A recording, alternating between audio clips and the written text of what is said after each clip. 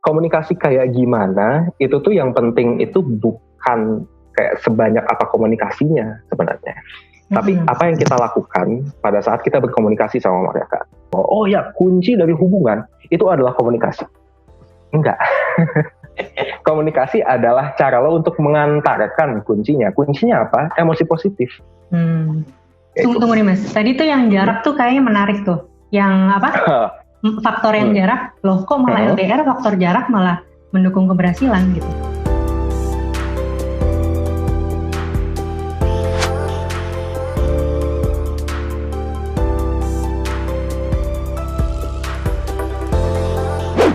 Halo teman-teman, selamat malam semuanya. Jumpa lagi di live-nya Hipwi, tapi kali ini kita di YouTube. Dan malam ini saya nggak sendirian nih, udah ada teman kita yang akan ikutan join ngobrol-ngobrol. Soal apa malam ini? Kita bakalan ngebahas soal sesuatu yang lagi banyak dialami semua orang nih, yaitu adalah tentang LDR. Siapa nih teman yang bakalan nemenin kita ngobrol selama 30 menit ke depan? Mas Vicky Fitratullah dari 1%. Nah, untuk Mas Vicky, silakan Mas. Mulai memperkenalkan dirinya. Oke, halo semua. Biasanya kalau audiensnya Hipwi disebutnya apa deh? Teman-teman Hipwi aja sih. Teman-teman Hipwi ya. Hai teman-teman Hipwi, gue Vicky dari 1%. Gue salah satu founder dari 1%. Oke, itu perkenalan. Mungkin mau dikenalin 1% atau gimana nih? Boleh. Kenalin sekalian Mas, 1% tuh apa? Iya. Oke. Jadi basically 1% sekarang adalah life school terbesar di Indonesia. Kita ngajarin orang gimana caranya untuk orang itu bisa meraih kehidupan yang mereka itu layak dapatkan. Pokoknya benar-benar semua orang punya potensi, gimana caranya kita bisa achieve that potensi, mencapai potensi itu. Basically kayak gitu sih. Gimana caranya kita melakukan itu? Ya basically kita mengajarkan banyak banget hal yang tidak diajarkan biasanya oleh keluarga-keluarga kita, bahkan oleh sekolah konvensional itu tidak diajarkan. Termasuk juga salah satunya adalah soal relationship, soal asmara. Kayak gimana caranya dealing with long distance dating relationship atau LDR lah kalau misalnya kita singkat gitu ya. LDR tapi pacaran kayak gitu. Itu juga dijelasin. That's why I'm here. Oke. Malam ini kita ngebahas sesuatu yang cukup banyak dialami nih Mas ya, tentang LDR, terutama di masa pandemi ini ya, yang tadinya orang-orang mungkin bisa ketemuan sama pasangannya dengan leluasa, terus karena ada pandemi ya mau nggak mau kita harus LDR deh gitu, kita harus jaga jarak. Nah, mungkin kita bisa mulai dengan ini aja kali ya, langsung. Kalau dari Mas Vicky sendiri, itu percaya nggak sih sama LDR? Percaya gimana nih maksudnya? Percaya bahwa hubungan LDR nih sebenarnya bisa berhasil gitu, atau sebenarnya kayaknya sulit deh. Oke. Kita ngomonginnya dalam konteks hubungan yang baik gitu ya. Kalau hubungannya baik, aku percaya LDR gak akan jadi masalah. Aku percaya bahwa ya basically hubungan asmara itu bisa tetap berjalan walaupun ada jarak. Itu aku tetap percaya bahwa itu bisa berjalan.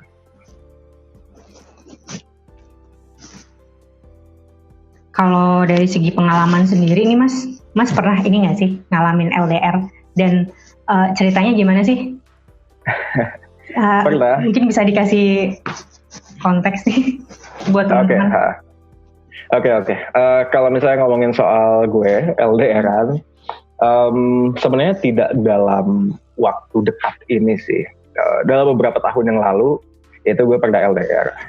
Keseluruhan sebenarnya gue pernah 2 kali LDR, dan dua-duanya sebenarnya tidak berhasil.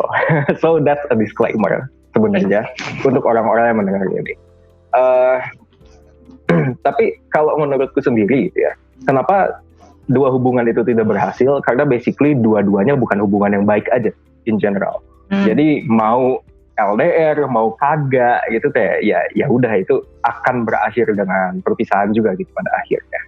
Dan ya basically nanti kita juga akan ngomongin sih soal kayak kenapa LDR itu bisa membuat sebuah hubungan jadi baik, kenapa LDR bisa membuat hubungan itu jadi jelek, kayak gitu. Kita akan belajar juga soal itu. Kemarin tuh aku tuh sempet ngobrol-ngobrol sama beberapa teman yang LDR gitu kan, Mas. Dan beberapa dari mereka tuh yang tadinya biasanya nggak LDR terus harus LDR tuh kayak agak shock. Bahkan ada yang berakhir dengan keputusan ya udah kita jalan sendiri-sendiri dulu deh. Gitu. Ternyata di pandemi ini mereka menyadari bahwa mereka tuh belum full menyukai atau mencintai diri mereka 100% gitu. Jadi ketika itu ditambah dengan ada hubungan sama orang lain dan itu jaraknya jauh, itu kayak agak memberatkan gitu. Akhirnya mereka memutuskan untuk berpisah. Nah, kalau itu sangat disayangkan sih, tapi sama-sama kalau temanku itu sama-sama menyadari bahwa ya emang mungkin ini adalah waktunya untuk kita tuh take a break dulu. Gitu. Cuman kalau tadi kan dibilang kalau LDR itu sebenarnya bisa berhasil. Kira-kira tuh sebenarnya apa aja sih yang perlu kita pegang gitu sebagai para pelaku LDR nih supaya LDR kita tuh berhasil gitu ke depannya? Yes. Oke. So mungkin kalau misalnya kita ngomongin udah soal apa yang harus kita pegang, gue akan refer ke beberapa penelitian. Yang pertama, jadi banyak sebenarnya penelitian soal asmara, penelitian soal long distance relationship, itu surprisingly banyak. Karena ya ini masalah yang dialami sama banyak orang lah, jadi ya itu membuat para peneliti tertarik. Dan salah satu penelitian yang pengen gue cite di sini adalah penelitiannya Darji tahun 2014. Jadi ada orang namanya Darji, dia iseng, dia ngambil 1.000 orang, 1.000 pasangan, 500 itu LDR dan 500 enggak. Terus dia ngelihat gitu, faktor-faktor apa aja sih sebenarnya yang membuat hubungan itu tuh berhasil kalau misalnya LDR kayak gitu dibandingin sama yang enggak, kayak gitu. Dia basically lihat itu. Terus ternyata dia keluar dengan 4 faktor. Itu surprising gitu kalau menurut gue sendiri, cuma 4 gitu. Karena biasanya orang kalau misalnya LDR, wah kepikirannya banyak banget hal. Nanti dia kalau misalnya bisa selingkuh, nanti kalau misalnya kita nggak sering kontak kayak gimana, akan banyak. Nanti kalau cuma 4. Ya, nanti kalau bosan gimana gitu kan. Tapi ternyata cuma 4. Sesimpel itu, cuma 4 gitu. Yang pertama adalah 1, emotional well-being si orangnya masing-masing itu kayak gimana. Yang kedua adalah jaraknya. Yang ketiga adalah mereka optimis sama enggak sama hubungannya mereka sendiri. Dan yang keempat adalah persepsi mereka sendiri terhadap si LDR-nya. Tunggu nih Mas, tadi tuh yang jarak tuh kayaknya menarik tuh. Yang apa? Faktor yang jarak, loh kok malah LDR faktor jarak malah mendukung keberhasilan gitu. Jadi iya, nah gini sebenarnya. Kalau misalnya LDR gitu ya, beda kota itu kan bisa dihitung LDR. Beda negara juga bisa dihitung LDR. Beda benua apalagi kayak gitu kan. Dan ternyata yang menarik gitu ya, yang ditemukan sama Darji ini adalah semakin jauh malah semakin mungkin berhasil. Semakin jauh malah makin berhasil. Iya, semakin jauh semakin berhasil.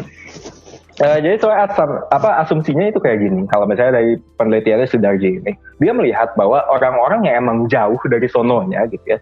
Contohnya kayak ya dia itu LDR bukan cuman karena lagi corona terus tadinya mereka tetanggaan tapi nggak boleh keluar sama nyokap bokap. Bukan kayak gitu. Kayak gitu. Tapi emang beda negara kayak gitu. Mereka itu emang embrace bahwa ya udah kalau misalnya kayak gitu, ketemuan langsung emang bukan jadi sesuatu yang memungkinkan. Dan instead of mereka mikirin gimana kapan gue ketemuan ini, itu akhirnya mereka nyari cara lain. Gimana caranya gue bisa bikin hubungan yang lebih berarti. Dan itu sebenarnya yang membuat kenapa hubungan LDR mereka bisa berhasil. Karena basically mereka tidak melihat negatifnya, ya mereka embrace the negatif gitu. Ya oke gitu, ada jarak. Tapi ya udah gimana caranya mereka nanganin ini. Beda sama orang-orang yang let's say misalnya cuma beda apa ya? Beda kecamatan misalnya. Ini karena kita beda blok rumah. Ya beda blok rumah gitu ya. Ini karena kita ngomongin soal corona gitu ya. Corona kan lo jadi kayak pacaran beda berapa rumah aja jadi kayak LDR gitu kan sebenarnya. Kalau misalnya kayak gitu, yang kepikiran apa? Gue pengen ketemu tapi nggak bisa, dilarang gitu. Bahaya ini itu. Pusing. Benar, pusing. Terus akhirnya apa? Akhirnya tadi Mas kayaknya mau ngelanjutin. Ya enggak, itu. Jadi emang intinya itu kayak gitu kalau bicara soal jarak. kalau ada jokes nih Mas di masa pandemi kayak gini, itu orang-orang yang jauh lebih tough menjalani hubungan adalah orang-orang yang emang tadinya tuh udah biasa LDR gitu. Jadi pandemi itu sebenarnya kayak oh ya udah cuma fase. Kita juga udah biasanya juga nggak sering ketemu gitu. Kita juga biasanya udah sering jaga jarak gitu. Iya sih. Berarti iya sih. Berarti semakin jarak yang ada tuh malah bikin kita semakin menghargai sebuah hubungan gitu ya? Ya in a sense bisa dibilang kayak gitu. Mungkin aku ralat sedikit, bukan semakin menghargai hubungan, tapi dia semakin menghargai cara lain untuk connect. Gitu. Ngomong-ngomong, kenapa gimana? Sorry? Ngomong-ngomong cara lain, selain video call atau WhatsApp call gitu Mas, kira-kira ada cara lain lagi nggak sih yang bisa bikin komunikasi lah ya, disebutnya komunikasi selama LDR tuh tetap berjalan dengan baik atau hubungan tuh tetap termaintain gitu? Ada nggak sih cara lain? Ada sebenarnya. Jadi kan communication itu bisa dilakukan dengan banyak cara kayak gitu ya. Bisa phone call, bisa video call, ini itu. Tapi kadang-kadang orang lupa juga. Ada orang-orang yang suka dikasih hadiah, misalnya kayak gitu. Jadi salah satu yang dulu gue lakukan gitu ya, pada saat masih LDR adalah gue seneng tuh ngebeliin hadiah kecil di negaranya dia. Jadi kebetulan waktu itu pasangan gue itu tiba-tiba harus melanjutkan kuliah di Jerman. Jauh ya, oke. Iya, tiba-tiba harus melanjutkan kuliah di sana, terus ya udah. Ya mau gimana kayak gitu kan. Ya akhirnya aku cari cara tuh gimana caranya supaya bisa ngasih hadiah ke situ. Karena ya dia sendiri emang suka gitu. Dia tipe yang suka dihadiahin kecil-kecil kayak gitu. Itu bisa. Satu. Kayak gitu. Terus salah satu co-founder 1% lainnya pernah cerita bahwa dia itu seneng nonton Netflix sama ceweknya. Tapi mereka itu sambil on the phone. Oke. Fitur Netflix yang itu bisa dipakai ya. Iya, itu bisa kayak gitu. Dan bahkan gitu ya, saking pentingnya gitu ya sih dalam tanda kutip Netflix atau movies dalam perkencanan, kayak itu bahkan ada penelitiannya juga gitu. Pada saat kita dating, itu tuh ada jenis-jenis film yang lebih disarankan dibandingin yang lain. Itu seriously ada penelitiannya. Oke. Penelitian itu bilang bahwa film yang bagus itu adalah film yang emosinya itu naik turun, kayak gitu.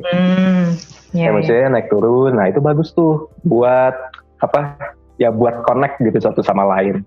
Karena basically gini sih, otak kita ini kan dia pintar tapi aneh gitu ya. Dia pintar tapi kadang-kadang ya gimana gitu, suka miss sesuatu.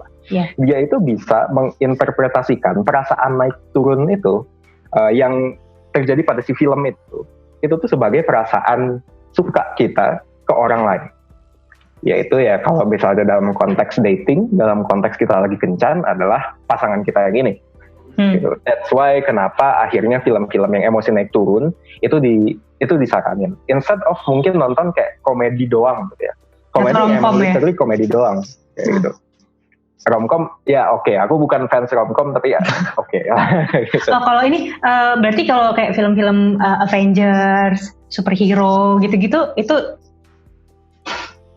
termasuk ini bisa, bisa jadi sih, bisa jadi. Kalau misalnya nih keluaran ya pasti tahu lah ya superhero movie yang paling gede 10 tahun ini, gue nggak mau sebut merek. Ya. Kayak gitu ya. Itu menurutku bagus banget. Itu menurutku bagus banget untuk dating. Kenapa? Emosinya dapet. Dapet banget. Emosinya dapet. Ya, emosinya dapet banget kan. Itu bagus. Kayak gitu. Berarti pastikan juga ini ya, ketika memang lagi mau janjian nonton Netflix bareng tuh sama pasangan, pastikan sinyalnya bagus juga ya. Maksudnya kan di dua tempat yang berbeda. Siapa tahu nanti dia udah ada di scene yang ini, kita masih di scene yang ini, kan jadi kayak iya, jadi agak aneh gitu kan. Iya, agak aneh. Kok gak sinkron kita? Tidak, yang kita lihat tidak sama. Oke. Iya. Terus lanjut nih Mas. Selain itu tadi, apa lagi? Kira-kira yang Oke. Ini berarti konteksnya masih komunikasi seperti apa yang bisa dilakukan sama pasangannya. Betul. Kalau misalnya komunikasi, sebenarnya gini sih, komunikasi kayak gimana, itu tuh yang penting itu bukan kayak sebanyak apa komunikasinya sebenarnya. Tapi apa yang kita lakukan pada saat kita berkomunikasi sama mereka. Gini, karena ada sebuah penelitian yang kalau menurutku menarik banget. Kayak gitu ya. Jadi ada profesor, namanya John Gottman. Dia ini bisa dibilang adalah salah satu peneliti tentang asmara yang paling aktif dan sangat-sangat diakui sama dunia. Dia bilang bahwa dia bisa memprediksi hubungan seseorang itu dalam 6 tahun itu akan berakhir atau enggak, cuman dari percakapannya mereka sama kliennya selama 2 menit. Oke. Nah, itu tuh dia tinggal nanya kayak gini, coba ceritain dong soal hubungan lo kayak sama pasangan lo kayak gimana. Kalau misalnya isinya positif, dia bisa predik bahwa oke, ini dalam 6 tahun mereka will be together. Mereka masih akan bersama. Kalau jelek, omongannya itu pisah. Dan emang pada saat diteliti, emang ternyata seakurat itu. Dalam 6 tahun, orang-orang yang ceritanya itu positif, mereka masih bersama 6 tahun kemudian. Nah, ini apa nih hubungannya sama communication yang tadi kita omongin? Kayak gitu ya. Jadi gini, komunikasi is a thing gitu ya.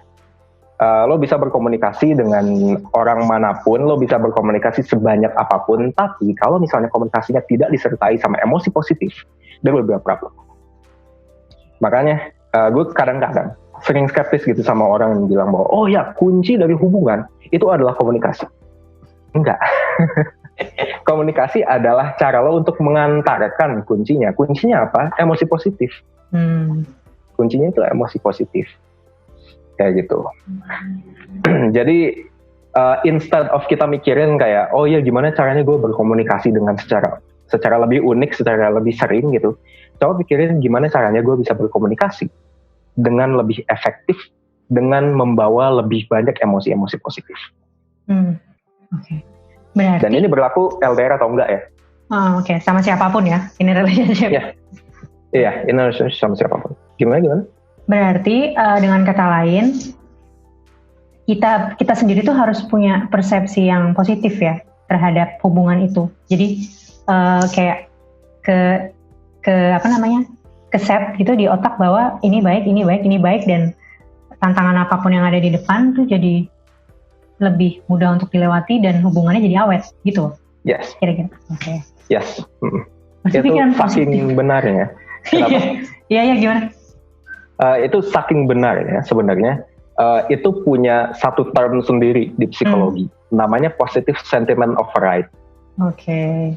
Itu adalah kondisi pada saat orang-orang lagi kayak honeymoon phase, di mana pasangan lo itu kayak perfect. Kan kita nggak bisa membantah ya bahwa pasangan kita pasti punya negative traits, pasti. Tapi pada saat itu semuanya positif, dunia itu berbunga buat lo. Ya kayak gitulah pokoknya. Tadi mau ngomong apa by the way? Enggak.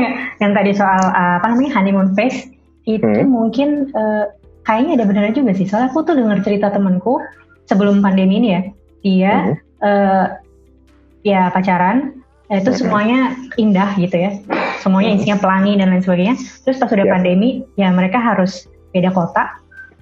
Mulailah drama-drama tuh banyak tuh, pikiran-pikiran negatif dan lain sebagainya. Terus ya gitu deh. Ya.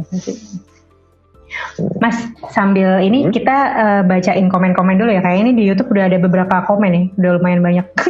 Boleh. Oke. Kita jawabin. Jawabin atau komentarin. Ini ada beberapa. Wow, ada Angga Arif. Dia cuma ngomong tes. Oke, Angga Arif, bagaimana tesnya? Iya, bagaimana tesnya aja. Terus ada Andra Intrakta, LDR membunuhnya. Membunuh siapa nih? Wow. Oke. Terus ada pakainya ya? Iya, koknya. Makanya agak. Biasanya kan LDR membunuhku.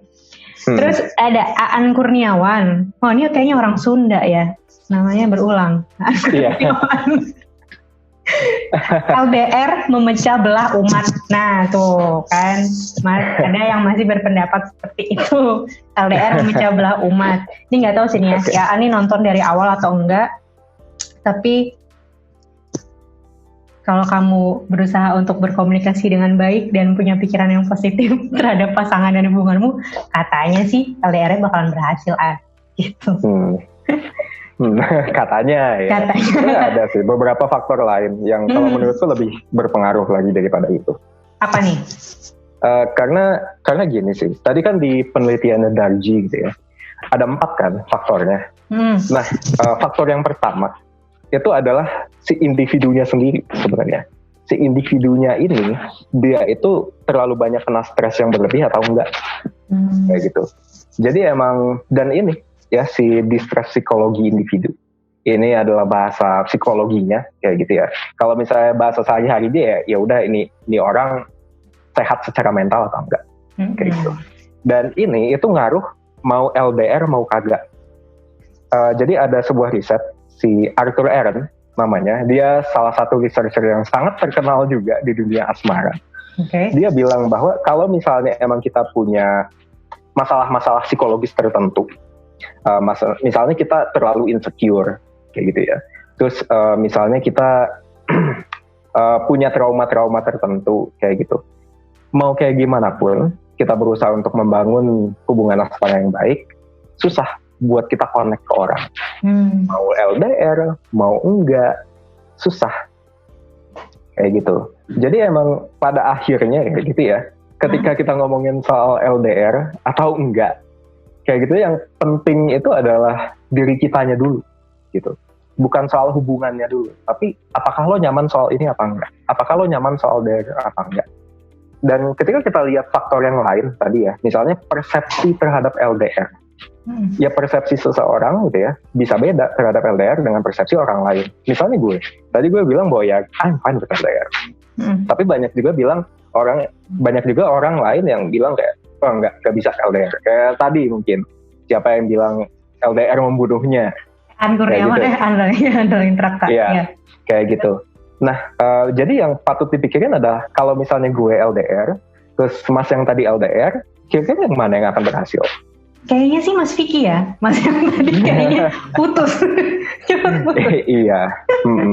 Dan pada ujungnya kalau misalnya kita perhatiin di sini gitu ya, distress psikologis individu, jarak, keoptimisan hubungan, persepsi terhadap LDR, mana sih yang benar-benar berhubungan sama kayak si kondisi LDR itunya sendiri? Cuma satu, si jaraknya doang. Sisanya persepsi. Sisanya persepsi ya? Sisanya persepsi. Jadi itu perlu dipikirkan gitu ya. Kenapa? Tapi masalah mungkin orang tuh sulit membangun persepsi yang positif karena sering ini kali ya, mendapatkan komentar-komentar negatif dari sekitar gitu. Jadi kayak semangatnya dipatahin gitu loh Mas, kayak lu ngapain sih LDR? Ya elah, ya udahlah putus aja gitu. Jauh nggak bisa ketemu tiap hari, nggak bisa. Lu punya pacar tapi kayak jomblo gitu. Iya, omongan-omongan kayak gitu sih, iya biasanya keras sih kalau misalnya orang LDR biasanya dikomenin kayak gitu. Oh ini Mas Vicky pernah ini nggak? Hampir terlena sama omongan-omongan orang yang kayak gitu waktu dulu masih LDR? Terpengaruh? Sempat. Dulu saya masih muda dan bodoh. Oke, baik. Sempat terpengaruh juga. Tapi ya udah. Saya belajar psikologi dan saya mengerti ini. Jadinya ya sudah. Kita lanjut baca komen lagi ya Mas, boleh ya? Boleh. Terus ini nih, tadi ada yang lucu. Aan Kurniawan, Andreas Rahadi, LDR beda dimensi Min. Waduh, bahaya tuh. Kayaknya tuh udah beda jiwa ya, sama beda. Itu beda alam deh kayaknya itu. Beda alam ya. Kalau konsul ke dukun kalau ini saya. Mohon maaf, ini Kak Andreas, kita membahas antar sesama manusia ya, bukan yang beda bentuk.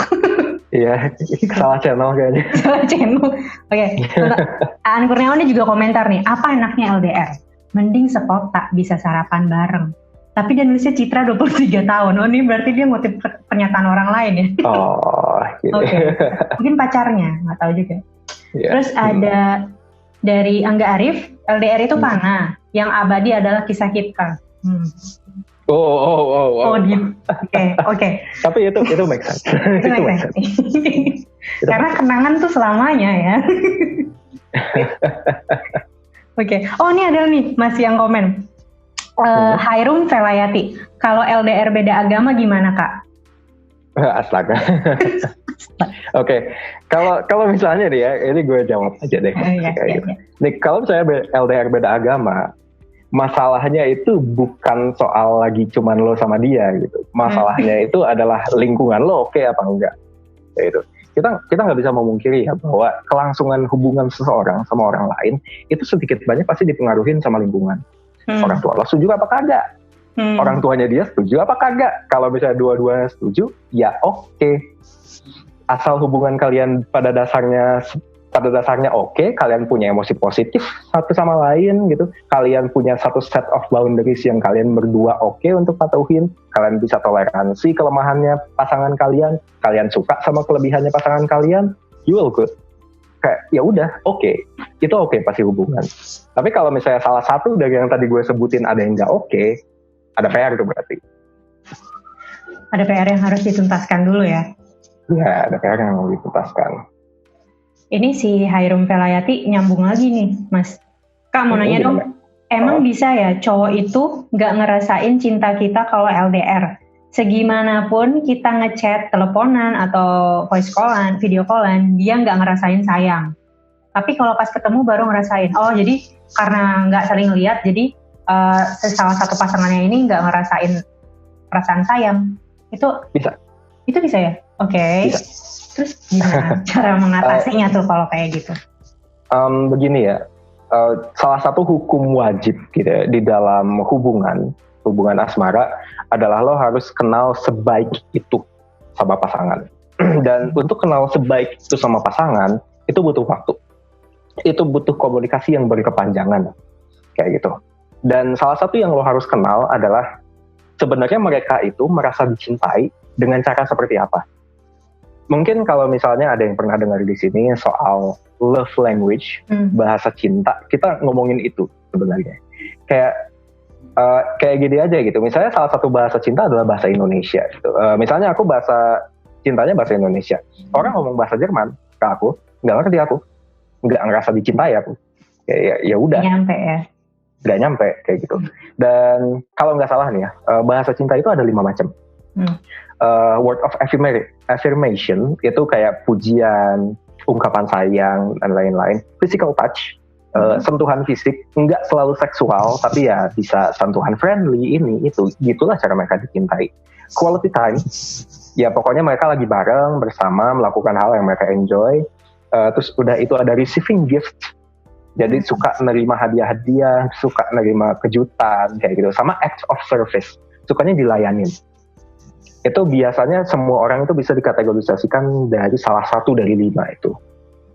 Jadi lo paham nggak pasangan lo kayak gimana nih? Lo paham nggak cowok ini kayak gimana nih? Kalau misalnya lo nggak paham, ya wajar aja gitu. Lo bisa jadi mencintai dia dengan cara yang bukan dia nggak prefer, tapi dia nggak ngerti. Dia nggak ngerti bahwa itu tuh ungkapan cintanya lo. Itu perlu lo pikirin. Berarti memang ya kalau lagi pacaran atau lagi ya punya hubungan sama orang lain ya memang harus dicari tahu sedalam-dalamnya ya, apalagi kalau memang kita mau hubungan ini tuh berhasil di akhirnya gitu. Iya. Gitu ya kurang lebih. Semakin serius, semakin harus dalam banget nyarinya. Oh ini Mas mau nanya juga deh terkait komitmen selama LDR. Mungkin nggak sih hubungan LDR tuh akan berhasil kalau seandainya tuh komitmennya tuh memang di ujungnya kita bakalan nikah nih gitu. Itu akan lebih berhasil ketimbang kalau ya udah kita jalanin aja gitu. Oh ya, itu basically di semua hubungan juga kayak gitu sih. Basically. Ya, ada komitmen itu selalu lebih baik dibandingin nggak ada komitmen. Ada ujungnya itu selalu lebih baik daripada nggak ada ujungnya gitu. Oke. Kita bentar, berarti ini kayaknya waktunya tinggal dikit sih, tapi kayaknya kita masih bisa ngebahas beberapa tips lagi nih Mas. Oke. Yang soal tips menjaga, tips praktis yang bisa menjaga hubungan kita selama LDR. Itu kira-kira. Oke. Tips praktis untuk menjaga hubungan kita selama LDR. Betul. Kayak gitu ya.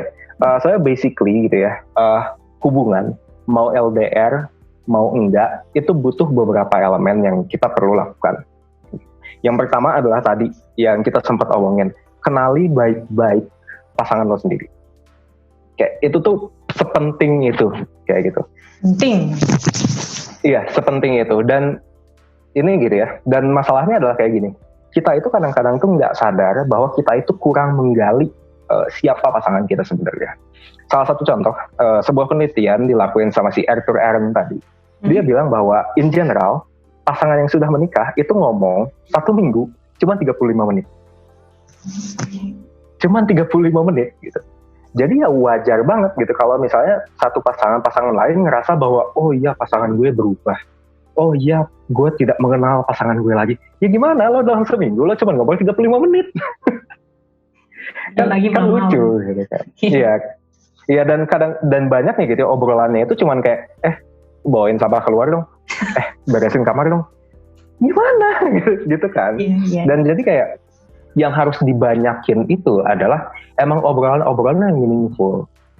Kuncinya itu ada di 2. You have to disclose yourself, yang pertama. Kayak ungkapin diri lo itu kayak gimana sebenarnya. Pasangan lo perlu tahu. Dan yang kedua adalah ask meaningful questions. Jadi bertanyalah soal kehidupannya mereka itu kayak gimana. Pilihan-pilihan hidup mereka itu kayak gimana. Sifatnya mereka menurut mereka kayak gimana.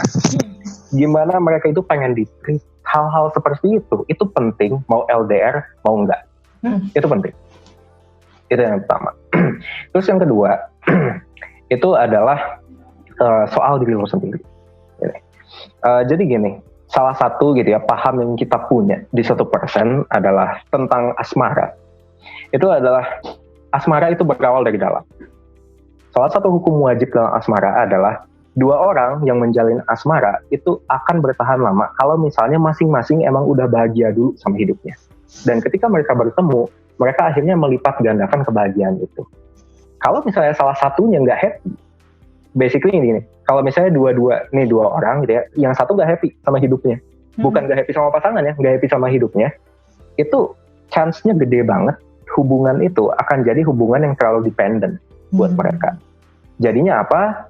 Ujungnya bisa jadi nih ya, salah satu dari mereka akan menggunakan segala cara untuk mempertahankan si pihak yang lain. Pihak lainnya belum tentu suka. Kayak gitu. Nah akhirnya apa? Manipulatif, ini, itu, bertengkar nggak perlu, dan akhirnya apa? Toxic relationship. Kan, gimana gitu kan. Jadi emang basically menjadi pasangan yang baik itu adalah memberikan kesempatan untuk pasangannya kita sendiri untuk emang benar-benar bahagia di kehidupannya sendiri. Kayak gitu. Setuju. Iya. Itu emang paham yang kayaknya harus benar-benar dipentokin ke kepala orang. Bahagia dulu gitu kan, bahagia sama diri sendiri dulu, itu baru sama orang lain. Bahagia dulu baru cari pasangan. Nah, terus ada lagi nggak Mas? Selain yang itu tadi? Basically itu basically yang tadi itu 2 itu dasarnya kan ya. Itu dasar, oke, fondasinya. Basically itu adalah dasarnya. Terus setelahnya kayak gitu ya, kalian perlu satu set of guideline untuk menanggapi konflik. Jadi gini, konflik itu naturally dia nggak merusak hubungan. Bukan konfliknya yang merusak hubungan. Yang merusak hubungan adalah gimana kalian nanggepin konflik itu. Yang merusak hubungan adalah gimana caranya kalian berkomunikasi untuk menanggapi konflik itu. Jadi satu hal yang pengen aku bilang adalah gini, enggak semua konflik itu bisa terselesaikan. Jujur, enggak semua konflik di dalam hubungan itu bisa terselesaikan. In fact, menurut penelitian si Arthur Aron lagi, aku senang sama si Arthur Aron ini. Jadi aku banyak baca penelitiannya dia. Di penelitian yang dilakuin selama beberapa tahun, kayak gitu ya, dia menangkap bahwa 69 permasalahan di asmara itu tidak bisa terselesaikan. Kenapa? Karena basically itu udah ngomongin soal karakteristik orangnya masing-masing. Dan ketika kita ngomongin soal karakteristik orangnya masing-masing, lo nggak bisa ngerubah orang lain. Kecuali orang itu ngerasa urgent untuk berubah. dirinya sendiri ngerasa urgent untuk berubah. Dan masalahnya, setiap kali lo menyuruh orang untuk melakukan perubahan terhadap dirinya sendiri, udah mah nggak berubah, satu ya, udah malah nggak bisa sebenarnya. Yang kedua adalah tuh orang kesel, karena nyebelin. Kalau ini Mbak sendiri deh, misalnya deh, saya punya pasangan, kayak gitu. Kalau misalnya pasangan setiap hari ngerongrong, kayak lo berubah dong, kesel nggak? Kesel lah, Wiset tuh kan. Ya, iya gitu. Jadi satu, jadi apa yang harus dilakukan? Emang ada beberapa hal di dalam hubungan lo yang perlu lo embrace, yang perlu lo terima, kayak gitu. Kalau misalnya, makanya tadi aku sempat bilang dua hal kan. Kalau misalnya lo sudah bisa menoleransi kekurangan dari pasangan lo, dan lo sudah bisa seneng sama kelebihan pasangan lo, you're good. Karena basically itu yang harus dilakukan. Lo bisa, lo bisa jadi pasangan semua orang di dunia ini, tapi lo nggak bisa cocok sama semua orang. Iya benar. Karena pada akhirnya lo harus mencari orang yang seperti itu. Lo bisa toleransi kekurangannya, tapi lo suka sama kelebihannya. Itu kalau misalnya udah ketemu, itu perfect couple. Itu ideal couple banget. Kayak gitu. Nah itu kan soal pemilihan ya. Terus balik lagi soal communication. Jadi gini, komunikasi gitu ya, penyelesaian masalah yang bagus itu tidak diselesaikan dengan emosi. Tapi diselesaikan dengan penerimaan. Maksudnya kayak gimana sih? Maksudnya kayak begini. Nih ya, kadang-kadang di pasangan gitu ya, dalam berpasangan kita percaya bahwa selalu ada pihak yang benar, selalu ada pihak yang salah. Ya dari itu cowoknya yang ngerasa benar, ceweknya yang ngerasa benar, tapi ya basically hal-hal itu sering terjadi. Sebagai cewek ngerasa benar, sebagai cowok ngerasa benar, tapi pas berantem ya udah ceweknya yang benar. Itu kan yang terjadi. Cewek selalu benar. Iya. Dan salah satu resep yang paling ampuh gitu ya, kalau menurut Arthur Aaron, ketika kita mau berkomunikasi soal masalah, soal konflik adalah kita mulainya kayak gini. Gue tahu kita berdua punya masalah. Kita lagi menghadapi masalah ini, dan ini. Ya, kita acknowledge bahwa kita lagi punya masalah. Terus bilang kayak gini, gue tahu di situ ada part di mana itu salah gue. Dan lo mungkin tahu juga bahwa ya udah ada part juga di mana itu salah lo. Ya udah, let's talk about it. Kita omongin mana yang salah gue, mana yang salah lo, dan gimana caranya kita bisa menyelesaikannya. Kayak gitu. Jadi emang menerima bahwa ya udah basically itu tuh bukan kesalahan satu orang gitu. Kesalahan yang kalian buat dalam asmara, kesalahan siapapun itu salahnya dua arah.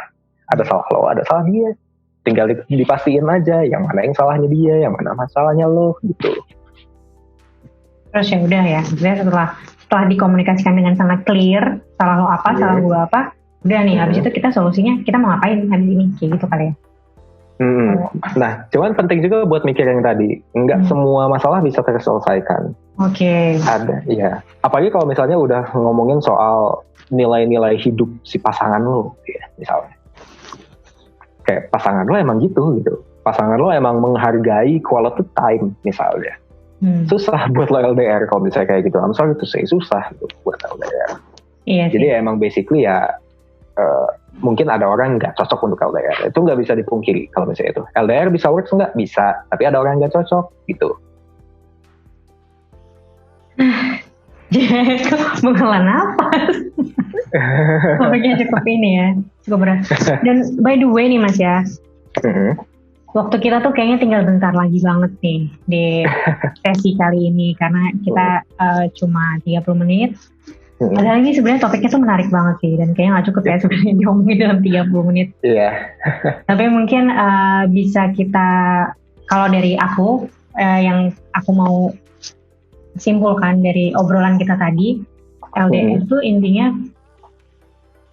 satu, komunikasi yang jelas, yang clear.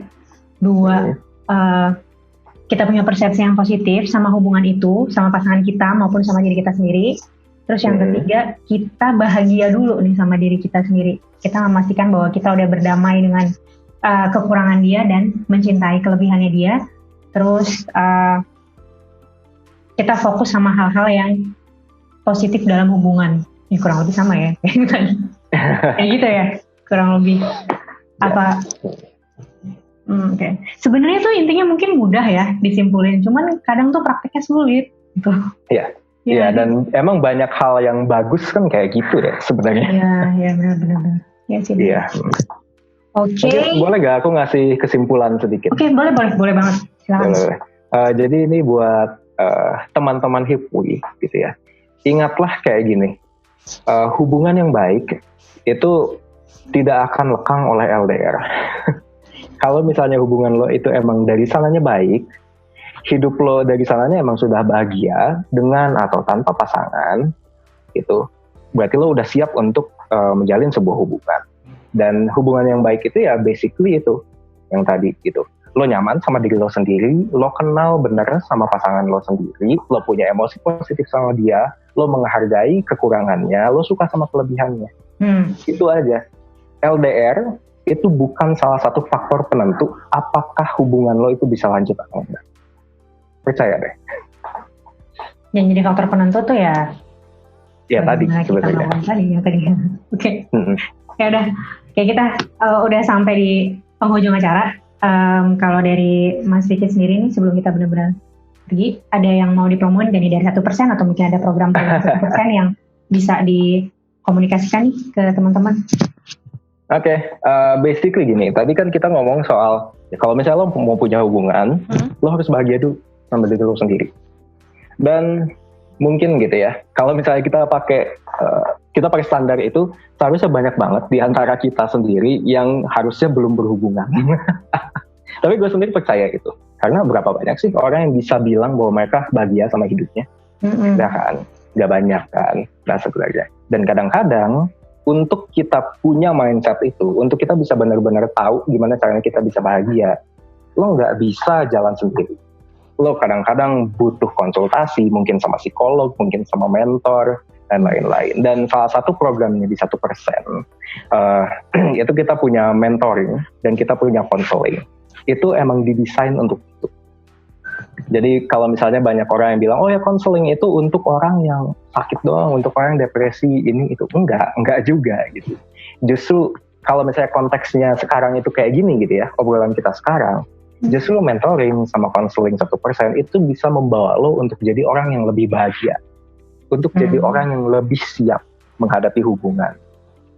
Karena pada ujungnya gitu ya, kebahagiaan lo sama kebahagiaan hubungan, kebahagiaan lo sama kebahagiaan pasangan lo itu ada di tangan kalian sendiri, bukan di tangan pasangan kalian. Jadi ya mau nggak mau kalian harus bertindak sendiri. Dan mungkin langkah pertamanya adalah dengan ikut program-programnya 1%.